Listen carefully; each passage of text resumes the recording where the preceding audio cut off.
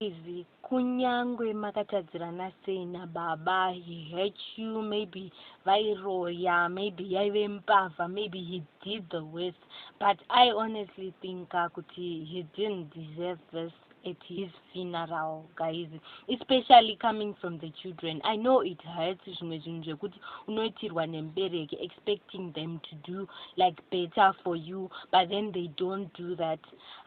Guys, who deserves a funeral like this?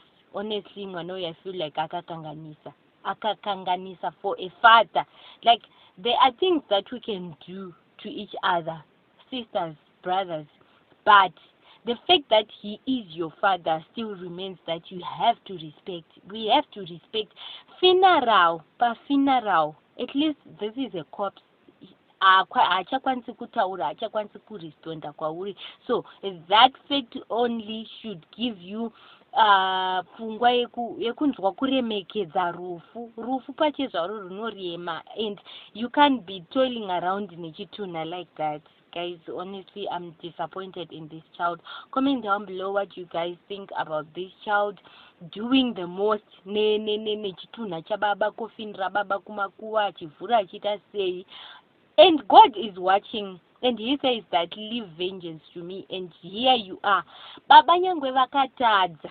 I'm not saying the father is correct. Nyangwe vakamutadzira, hansi kuziva kuti vakamuitira sei, vakamutadzira. But at least he didn't deserve this at his funeral. Mwana uyu akakanganisa, ndizvo zvandikuona. Akakanganisa because akatopedzisira kuitira weti pachitunha. And it's the most, guys, it's the most. If you want the full video, you can check it on Zimbo Live TV. You can check it out more. It's from 2023, and yeah, I've seen it and it hurt me the most. Why can you do that to your own parent? Comment down below what you guys think about this whole situation.